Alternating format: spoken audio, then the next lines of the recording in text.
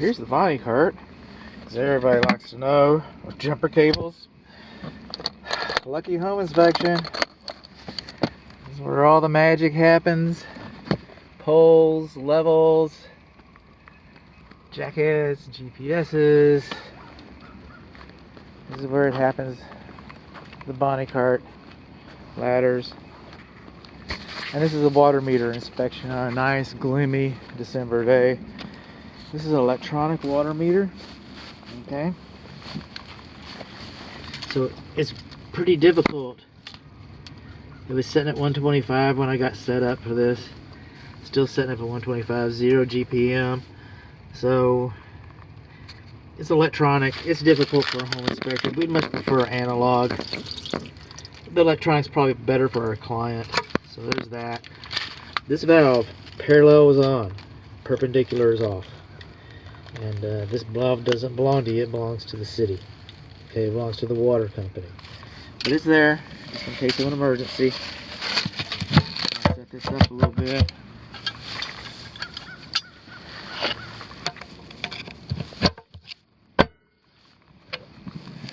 Leave you there. Drop a little away. That's the water supply into the home.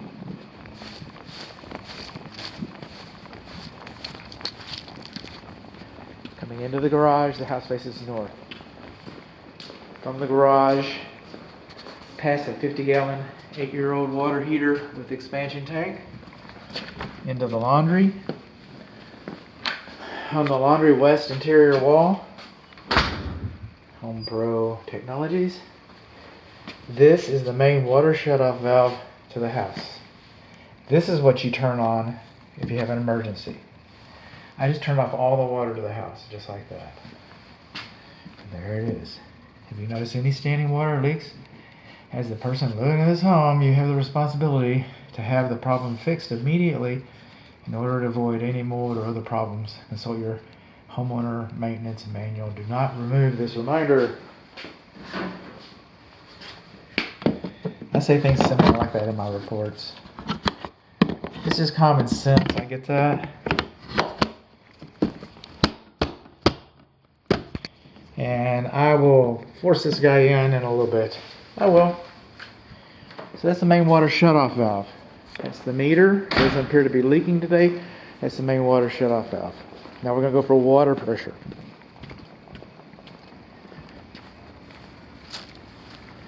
We're looking for between 40 and 80 psi. A lot of people say 35 is acceptable now. They took the 40 off the bottom end, you know, water conservation, that kind of thing.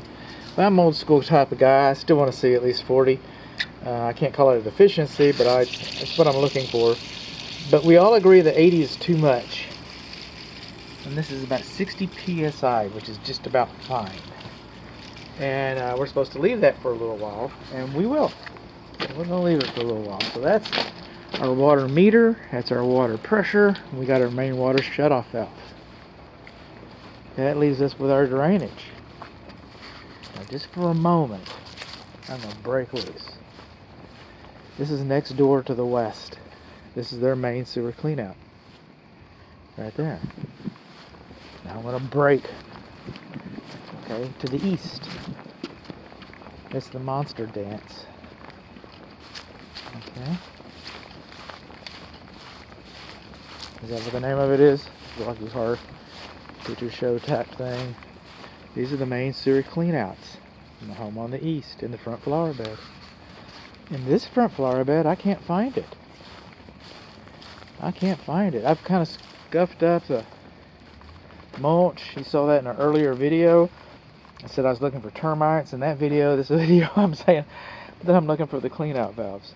I'm kind of standing around. It'd be reasonable to assume that there's a possibility they could be hidden in here. There's also a possibility they could have never been installed. If I can't see it, I can't report on it. If I can't report on it, that's a deficiency. We do not know where our sewer cleanouts are. Then on the lawn sprinkler system. This is the check valve, section 6. Okay. This is the lawn sprinkler check valve. You can see how it's been excavated and lined with gravel to keep water and mud from backing up in there. Those are the isolation handles. They're supposed to be checked, maintained about once a year. You think anybody does that? Nobody does that.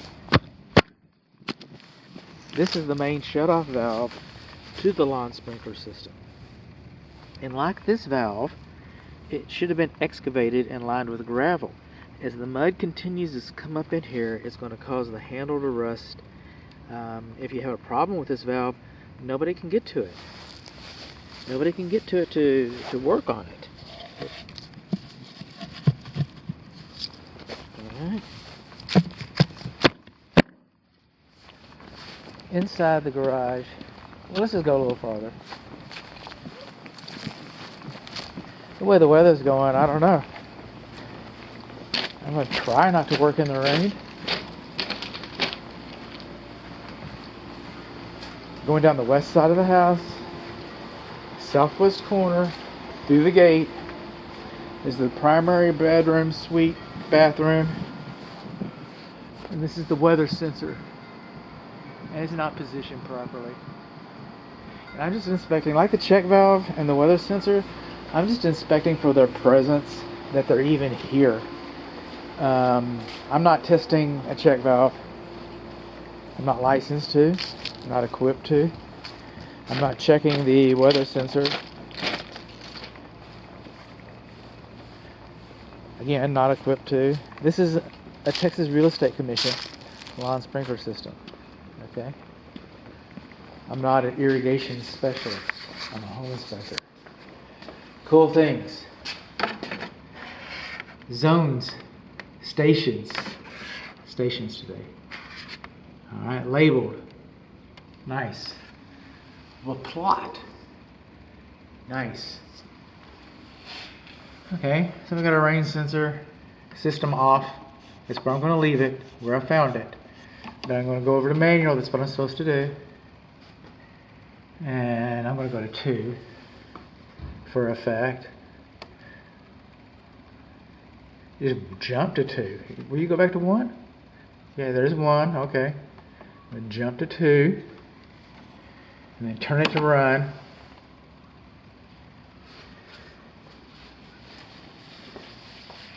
that's how you do it. And I'm going to run all the zones and stations that way. See how it's taking so long to fill up? That's not a good sign. That's not a good sign. And I can't prove it until I turn it off. If I turn it off and it bleeds out, okay, they sell special valves. I can go ahead and talk about this because I have a feeling. All right, they sell special valves that will hold the water. Otherwise, this whole zone has to fill up with water. It waters your yard, and then it drains.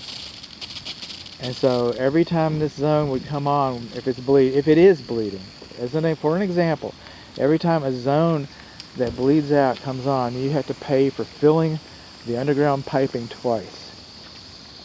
But we got something here. We're not supposed to be spraying the sidewalk. Just barely doing it. That's going to make the report. Okay? Station zone 2 is spraying the sidewalk. Now, let's turn it off. And if it doesn't do it, I'm not going to trim the video. I'm going to show you that it doesn't do it. How about that? That it didn't bleed out. That we didn't have to have that conversation.